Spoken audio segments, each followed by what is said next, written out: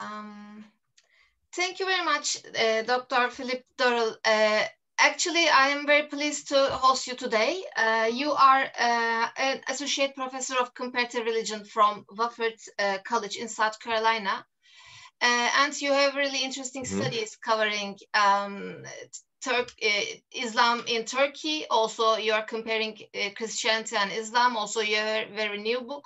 So I want to talk first of all about your book. Then maybe in 10 minutes before the meeting ends, you can talk about one of your articles because it's really interesting and I couldn't understand, as I said. So I would like to answer some questions generally about it. So could you? Yeah, sure. First of all, thank you for inviting me. I really appreciate it. This is the first time for me to do a talk about my book, so I appreciate it. This is great.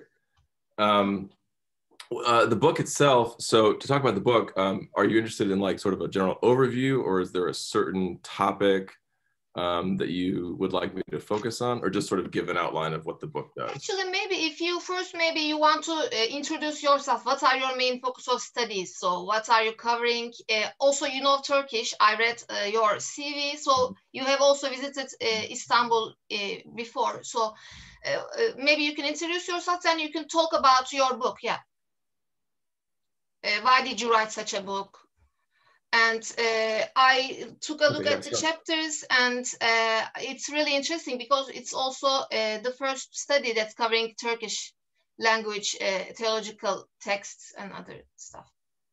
So my area of focus is basically the history of theology in modern Turkish and classical Arabic. So the two areas that I focus on within Islamic studies are Islamic thought in the contemporary Turkish language, modern Turkish language, and also kalam, ilm al-kalam from the classical period, particularly al-Maturidi, the Maturidi school, and his text in particular in classical Arabic from, I guess the periods I work on there are something like the 9th through the maybe 11th, 12th century. And also I've done a little bit with Ottoman era kalam as well.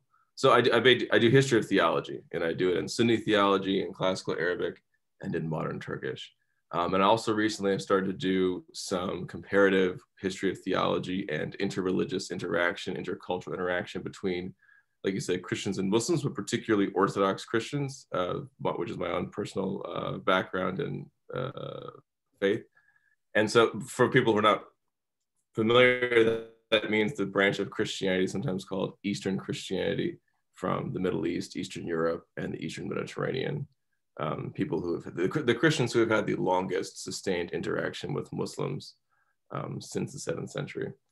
I started to work on that as well, in addition to some history of Orthodox Christian theology in Arabic, particularly the thinkers and theologians who were active in the Kalam circles in the Abbasid period, with people like the Muslim and Jewish theologians there as well. So the book basically deals with, excuse, you can hear that, excuse my email. No, it's okay. It's okay. So the name of your book is Islamic Theology in Turkish Republic. So it covers a really wide scope from the late Ottoman times to contemporary Turkey. So the scope of the book, the contents. Yeah. So the basic idea of the book was that when I started doing the study of Islamic theology or Islamic studies in general, I noticed that when scholars in the West, particularly non-Muslims, talk about Islam in Turkey, they are usually focused on how Islam relates to politics, to foreign policy, to domestic policy, sometimes to sociology, anthropology. And these are all very, very important fields. And my book is not meant as a critique of any particular Turkish studies field or approach, but I've noticed that Western academics' approach to modern Turkey typically is looking for answers to political questions. So why is Turkish politics the way it is? Why is Turkish political development the way that it is? And Islam is usually mentioned in connection with those questions. Like, how does it explain the development of Turkish politics from the late 19th century to the present day? And so despite the fact that there's this enormous theological, intellectual heritage of Muslim thought about God and religion, that's rooted deeply in the Ottoman past and through the Ottomans back to this, all the way back to Sunni Kalam from the classical period, there was just very, very, very little on this topic. In other words, there's very little material, I think, in the modern study of Turkey by non-Turks on Islam in Turkey as a faith, as a religion, as something that talks about God and about theology and about what it means to believe in God, without trying to use that to answer a political question. Now, I think it's very important to do that. Like, I think political science and using those things to answer politics are very, very important. But I was just trying to sort of find a way to fill that gap and say that what if we just looked at the history of the way that the modern people in the modern Turkish language talk about theology, talk about, in other words, talk about God and what it means to believe in the one God in the modern context. So I start with, and basically what this means is looking at the academic theological thinkers from the Reformed Medrasa traditions, like the sort of Reformed, the Darul Funun type theological texts coming out of the Reformed Ottoman institutional academic traditions, the first universities in Turkey, the Reformed Medrasas, and then the first universities in Turkey. And then those develop into the modern Turkish university system, which of course is very, very vast and sophisticated, with dozens and dozens of theology faculties. And so that that entire history of, can you still see me? Am I cutting in and out? Yes, no, it's all totally fine. I can see you and it's going really good. Yes, please continue. I would ask something related with this topic, with your what you covered. For example, you say that in the book you examined key themes in Islamic theology, like nationalism, religion, democracy, and gender identity. So these are really interesting. For example, maybe we have some books covering theology. Generally, as you said, people study political Islam or its interaction with politics or other things.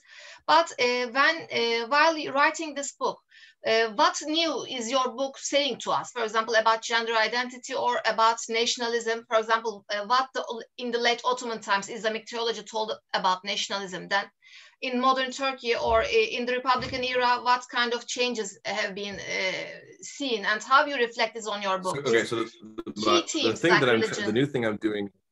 Yeah. Yes, please. Yes. I asked my question. Yeah. Yes. Okay. Yeah. Can you? I can hear you. It's good. So I'm asking how this changed in, for example, the religion, nationalism. You analyze this from the Islamic theological perspective. What kind of changes did you reflect in your book? Okay. So when it comes to take the issue of nation or nationalism, so the basic argument of the second chapter on nationalism is that the modern Turkish concept of nation actually gave rise to a whole new creative tradition of modern Islamic theology. We tend to think of Turkish nationalism as a force that restricted or harmed or we would think of it as a force that cut off Turkish Islam from its organic roots in the past. And there's a lot of truth to this, of course. I mean, the repression of devout Muslims by the Kemalists obviously is a very real and severe thing. All the different draconian measures taken to close down religious practice in the public sphere and even the private sphere in the 30s, 40s, etc. What the concept of nation did at the same time was, because it created a whole new way for Muslim believers who spoke Turkish to identify themselves, it basically authorized them to go looking for whole new traditions of theology to explore. So for instance, one of the things that happened in the modern period was that by saying, okay, we as Turkish speaking, ethnically Turkish Muslim believers, we are now heir, because we are Turks, we are heir to a 1,000-year tradition of Turkish Islam. This concept of Turkish Islam started to show up in the late 19th century, like we all know.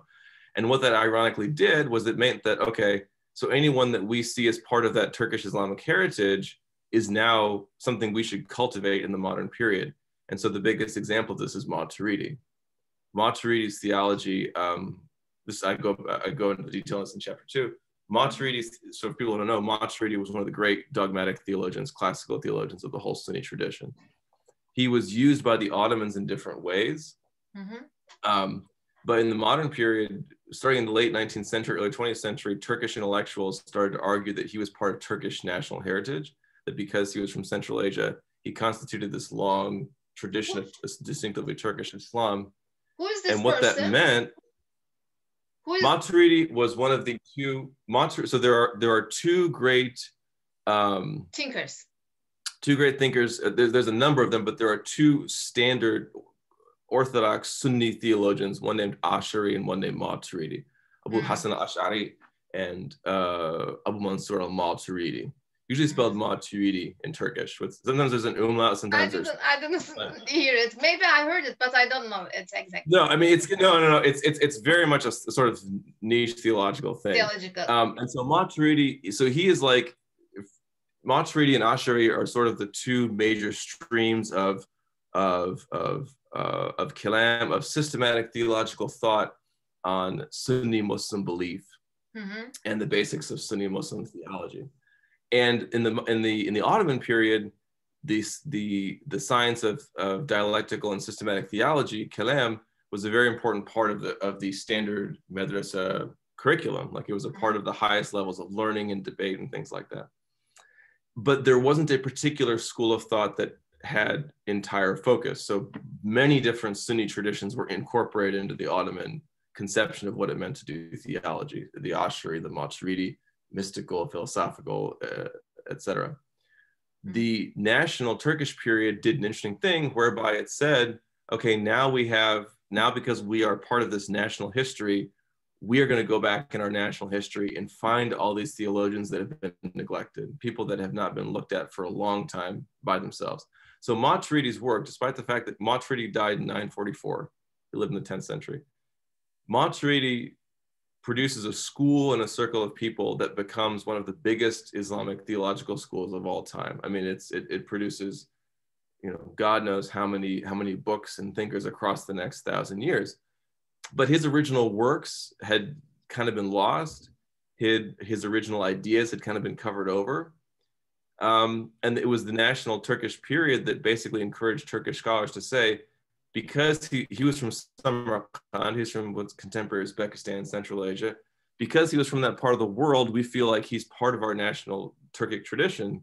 And so in modern Turkey, there has been this absolute renaissance of recovery and study of Maturidi's theology. In other words, a whole branch of the great Sunni theological tradition that had been neglected for many centuries was completely revitalized in modern Turkish, precisely because it was seen as part of Turkish national heritage. And so now Maturidi's extant works, his massive Quran commentary, this Ta'wilat al-Quran, this huge Quran commentary, like 11 to 14 volumes, I think, has been edited in Turkish, its newest edition was edited it was edited before, but its newest edited version, it was done by the great Turkish scholar, Bekir Topaloğlu. He's in my book quite a bit as well. And also edited by Topaloğlu. So the point is that the national context actually encouraged this revival of tradition. The national context actually encouraged a revival of traditional Islamic theology in Turkey because it encouraged people to think of themselves as part of this Turkic national heritage and then go and find thinkers who had been neglected in that heritage and bring them out again. Yes. So this is the nationalism part of the book. One of the points that you focus on. What about the gender identity? So which thinkers did you analyze? I read that Şevkat Tuksal, I think her name, maybe, I don't know. Yes. So what kind of ruptures and what kind of continuities and differences did you see? For example, in the late Ottoman times, were there any female theological thinkers, or in the early Republican era, did you read any kind of sources about this, covering gender identity or Islamic feminists, Muslim feminist people? That's a really good question. That's a very good question. There was definitely a Muslim thought concerned with questions of gender identity in the early Republican period and late Ottoman period. I don't know as much about that as I do about the contemporary period. the person I focus on in detail, Hidayat Shefkatli Tuksal, she wrote a book called, it's on my shelf, Kadın Karşıtı Selami. I can't see it from here. I can't remember the title. I know this. I can't remember the title. But her book was the first systematic theological treatise to talk about Islamic theology from what we might call a feminist perspective in modern Turkish.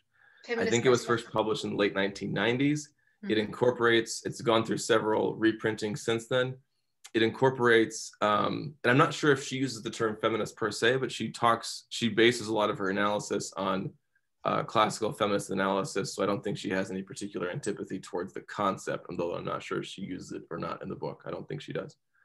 But it's basically a systematic analysis of misogynistic, she uses the word misogynistic discourse in the hadith corpus in particular, but also in the Quranic tradition. And it's basically a systematic distinguishing between what constitutes the core of Tawheed, what constitutes the core of Islamic belief and faith, and what constitutes cultural accretions, cultural practices related to misogyny that are interwoven into the tradition, but are not part of what the essential message of the tradition is. So her basic project is to distinguish between the essential message of Islam that applies to all times and places, and then distinguish that within the sacred texts themselves, distinguish that message from cultural practices that may be hierarchical or anti-female, that are not part of the core message and therefore do not have applicability in the present day. I discuss her work in the 4th chapter in a larger context, talking about how another sort of benefit to modern Turkish thought from the national tradition is that the modernist strain of Islam that became popular among the nationalists is designed to make an argument that there's a distinction between the core essential message of Islam and the changeable cultural practices that accrue around it and can change over time. And so this is a very, very common theme in modern Turkish theology and thought. It comes from an Arabic set of ideas, but it's transferred into modern Turkish in all different kinds of ways. And so a lot of the modern Turkish tradition is talking about how can you distinguish between what's changeable and what's unchangeable. And so her work fits in, and someone like, for instance, Hüseyin Atay talks about this kind of thing quite a bit. Scholars from the Ankara faculty talk about a lot.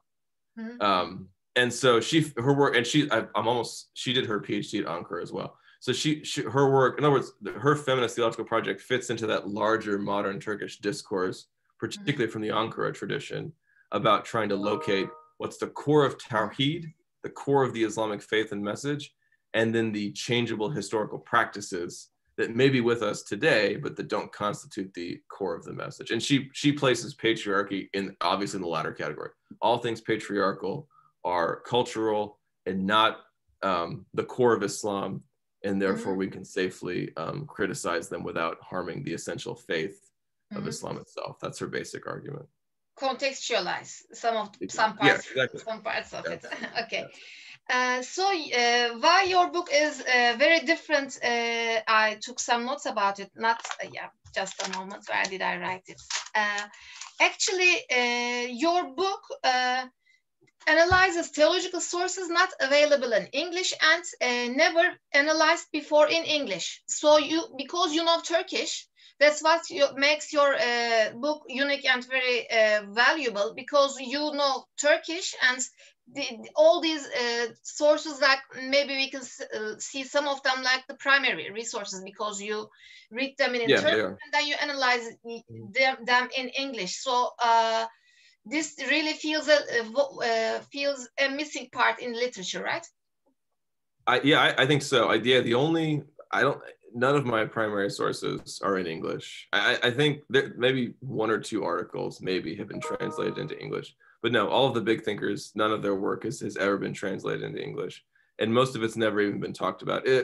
Occasionally, you'll find a few paragraphs or a few pages here and there talking about some people.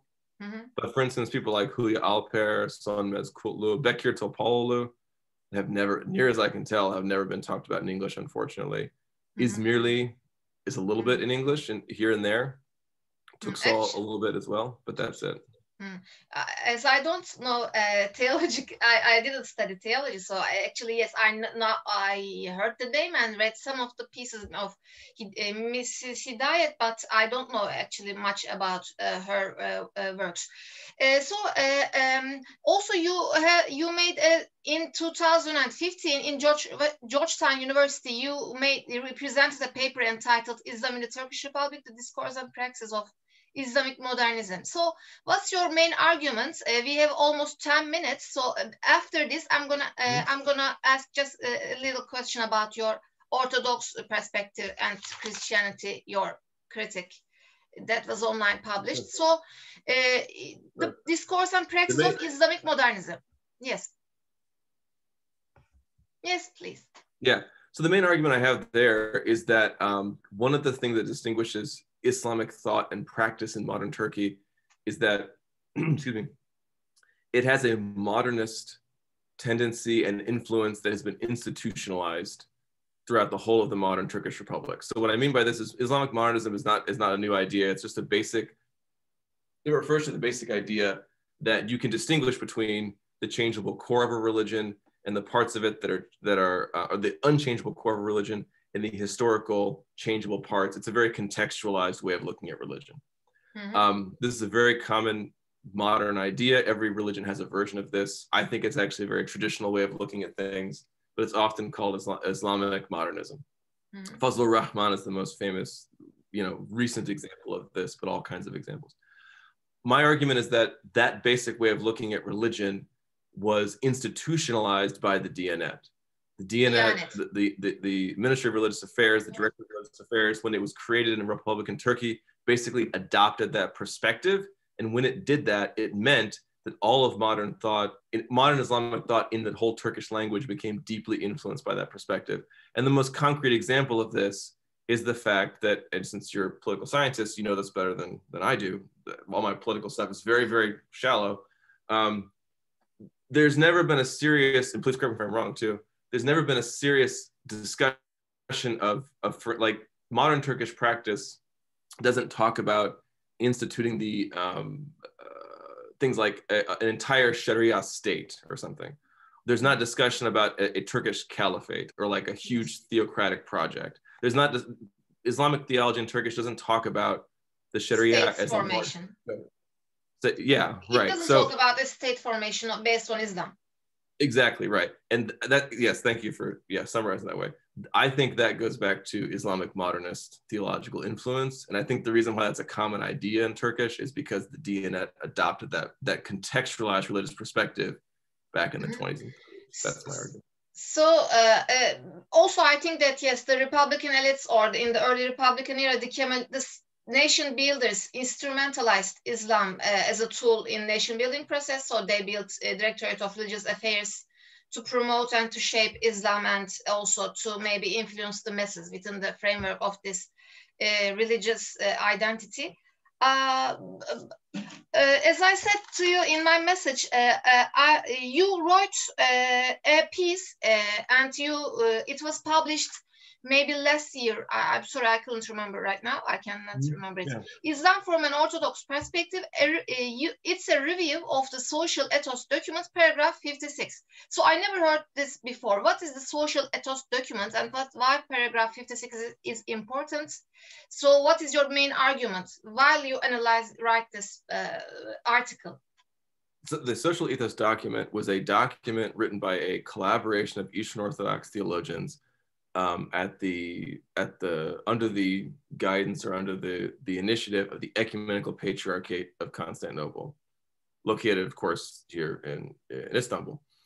And the Patriarchate of Constantinople is one of the most important Orthodox Christian religious leaders in the world, has a special historical significance. And so when the Ecumenical Patriarchate, Bartholomew, led this initiative to get a panel of global English-speaking Orthodox scholars to write a document in English and then translate it in other languages, talking about Eastern Orthodox Christian social thought. So everything from human rights to democratization to bioethics, all these different things. And within the context of that larger, it's a very historic initiative. Its scope is broader than anything that's been done, to my knowledge, at least in this tradition before. And when it was produced, it had a section about relations with other faiths. The Ecumenical Patriarch of Constantinople is also, Patriarch Bartholomew is also very well known for his interfaith efforts and outreach and dialogue, outreach to other faiths, other worldviews, other cultures, etc. And there's a special section in the document that talks about Islam.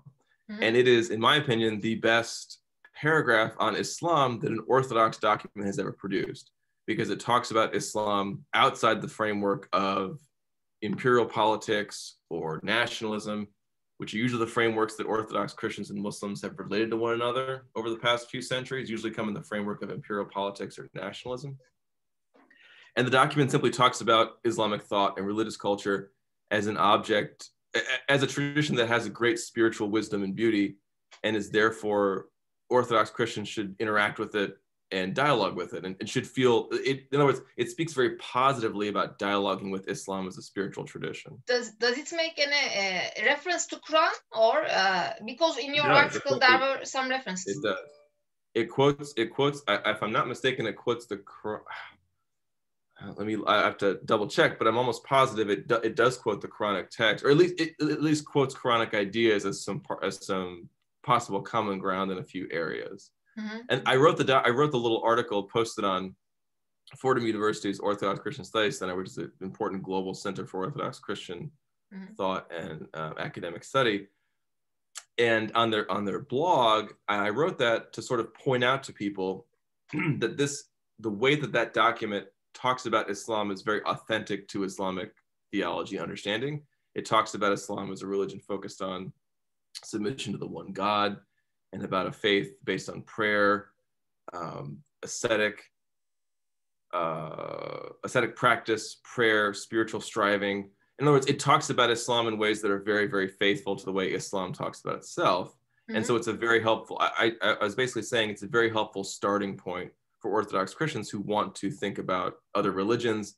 If you never thought about Islam, or you want to learn about it, or you want to, it's important that the Orthodox hierarchy is saying, in my opinion, this is my opinion, it's important that the Orthodox ecclesiastical establishment is saying that dialogue with Muslims and learning about the Muslim spiritual tradition can be a good thing. It's not something that Orthodox Christians should be afraid of. Yes, I understand. Thank you very much. Finally, what kind of advice would you give to the young researchers or scholars that are studying religion in general sense? Because you're an associate professor of religion, so should they learn a second language like you, maybe Arabic, or the languages not their other than their language? That's a big question. I'm not very good at giving advice. I don't think everyone has to learn a second language. I mean, I did because I read texts, but people, I don't think everyone has to learn a second language if your research methods don't require it. I guess, man, I mean, this may sound kind of basic, but the advice I always give my undergraduate students is that whatever you're doing because I don't have graduate students. I work only with undergraduates, so I don't work with graduate students.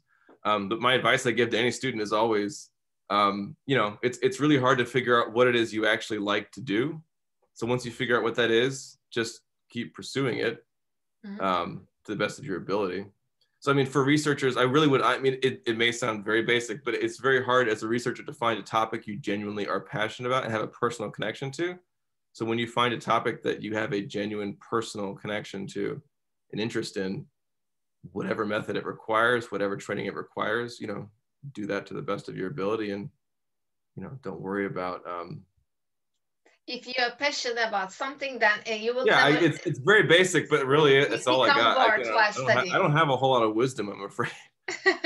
No, because you speak Turkish, also Hebrew and Arabic. No, not Arabic. Hebrew.